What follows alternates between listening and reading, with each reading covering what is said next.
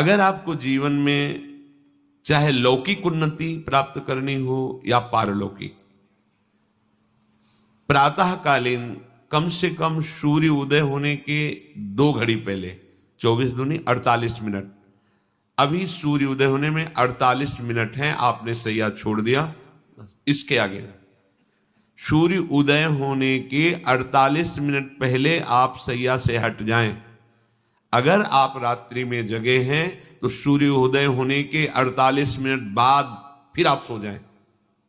लेकिन वो जो बीच का समय प्रातःकालीन संध्या भुवन भास्कर भगवान पधार रहे हैं, वो आप सो रहे हो, तो आपकी आयु, आपका वैभव, आपकी बुद्धि, ये सब नष्ट होने लगती है, पता नहीं चलता। लोगों देखो कहाँ तेजवान चेहरे दिखाई दे रहे हैं, खूब तो सब खा पी रहे हो, खाने पीने क्या तेज एक अलग होता है, भागवतिक तेज अलग होता है। ब्रह्म मुहूर्त में उठे, प्रभु का स्मरण किया, जो 2-4 नाम ही सही, अपने बड़े बुजुर्गों को, गुरुजनों को भावना से प्रणाम किया, और पहली बात शरीर स्वस्थ रखने के लिए गर्म जल किया, हल्का, आधा लीटर से 1 लीटर तक जल पिया, भगवत भाव अर्पित करके वज्रासन में बैठकर।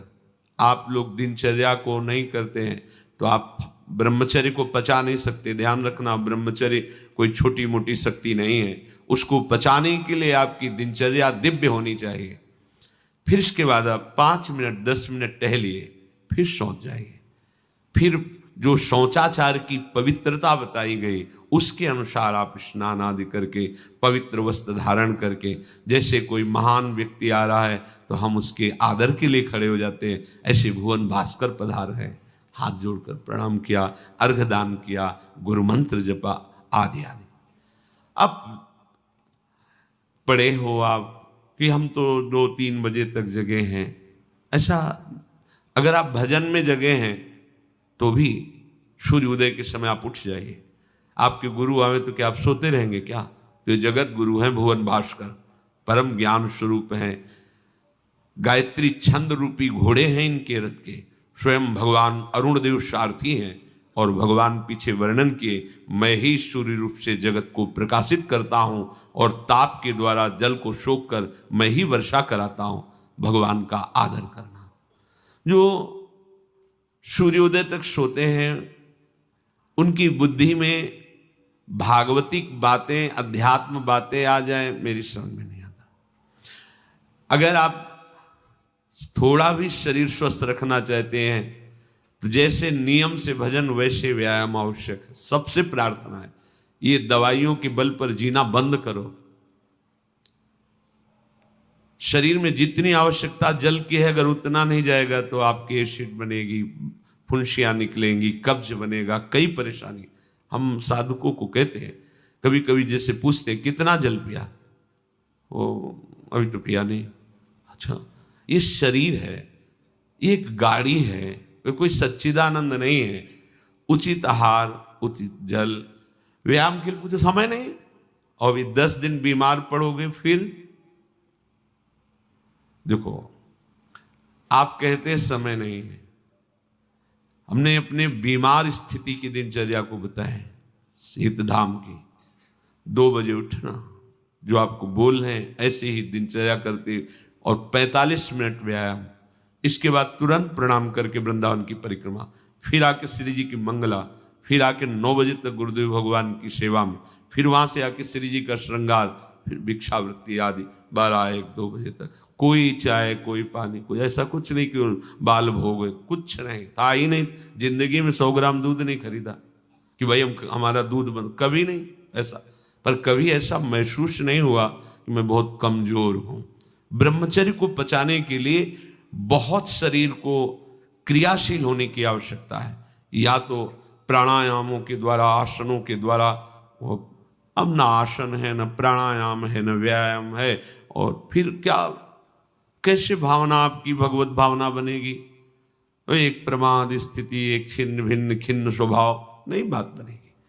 अध्यात्म का साधक जो होता है, नवीन खिला हुआ कमल जैसा, मुख प्रसन्न तन तेज विराजा, कि इन्हें रामचंद्र कर का कोई असाध्य रोग, कोई बहुत पीड़ा, वो बात अलग है। नहीं तो ऐसा वो जैसे कमल खिला होता है ऐसे खिला रहता है। क्यों? हर समय चिंतन सही, आचरण सही, सब कुछ सही। जो भगवत भावना विहीन जीवन है वो मुर्दा जीवन है। जिन हरि भगति हृदय नहीं आनी, जीवित सब समानते प्राणी। वो जान नहीं रहे, मुर्दे जैसा जीवन है। क्या जीवन का महत्व? वही गंदे भोगों को भोगना, उसी का चिंतन करना, और भोग भोगने वाले शरीर को स्वस्थ रखने के लिए विषय सामग्री इकट्ठी करना, इसके बाद मर जाना। बोलो इसके अलावा और क्या है? ये बनाया वो बनाया वो बनाया, जरा सा हिला पूरा का प्रांत नष्ट हो गया। क्या है इसमें? शाश्वत क्या है? हमें तसल्ली होती है, हमने एक मकान बना लिया, तसल्ली होती, 4 लड़के हो गए और काल का तमाचा लगा पूरा का पूरा सब। क्या तसल्ली? हृदय को तसल्ली तब दो जब नाम चल रहा है, राधा राधा राधा राधा।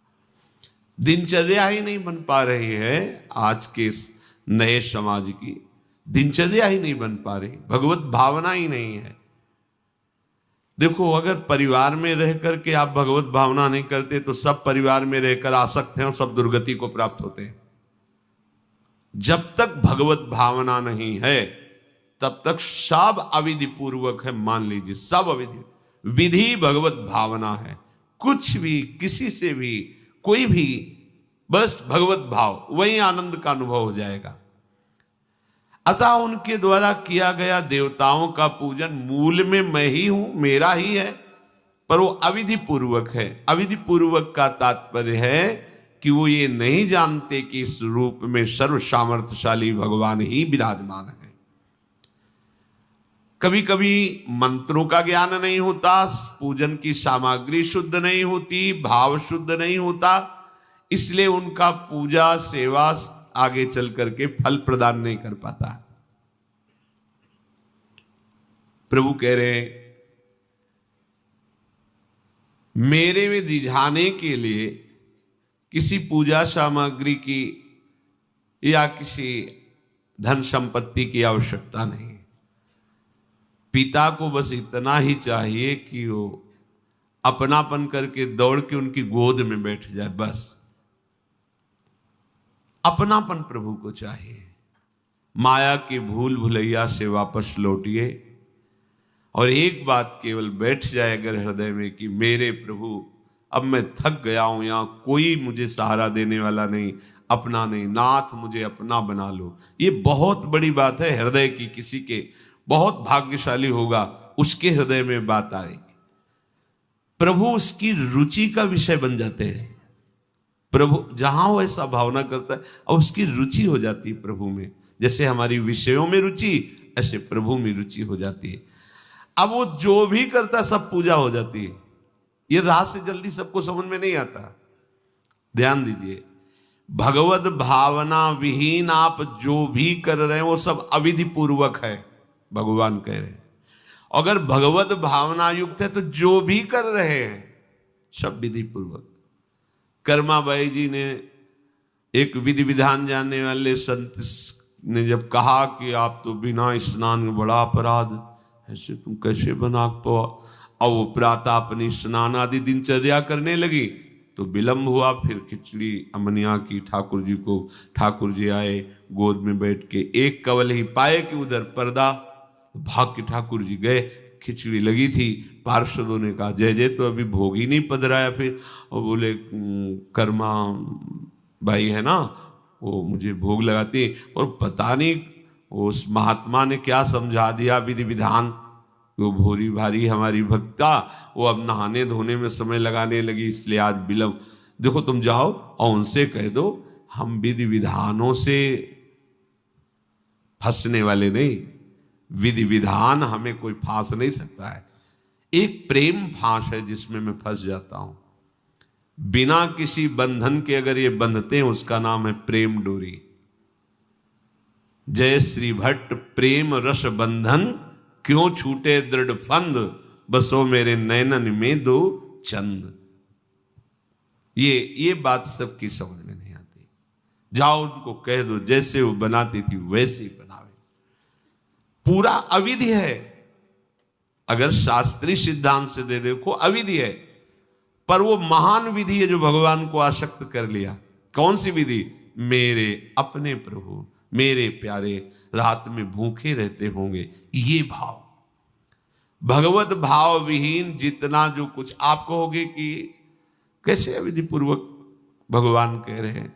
देखो, जब मथुरा के ब्राह्मणों को भगवत पार्षद सखाओं ने निवेदन किया कि भगवान श्री कृष्ण और बलराम आज इधर ही गाय चराने आए हैं और वो भूखे हैं, आप थोड़ा सा कुछ भोजन सामग्री दे दीजिए।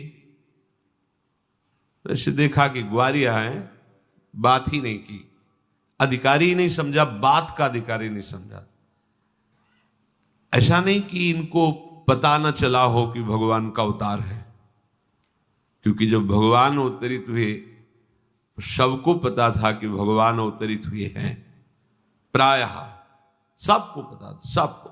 जैसे वायु शीतल चलती तो सबके अंगों में लगती है, इसलिए महान प्रकृति उल्लसित होकर नृत्य कर रही थी आनंद में जब भगवान का प्रादुर्भाव हुआ। और उन्होंने बाद में स्वीकार किया कि मैंने महापुरुषों से सुना था कि भगवान पधारे हैं, पर मेरा कितना दुर्भाग्य कि वो स्वयं यज्ञ भोक्ता भगवान आगे जैसे कह रहे, आम ही सर्वयज्ञानाम भोक्ता च प्रभुरेव च, समस्त यज्ञों का भोक्ता मैं हूं। स्वयं समस्त यज्ञों की भोक्ता मांग रहे हैं और वो यज्ञ करने वाले ब्राह्मण अनादर कर रहे हैं। हुई ना विधि। और उन्होंने स्वीकार किया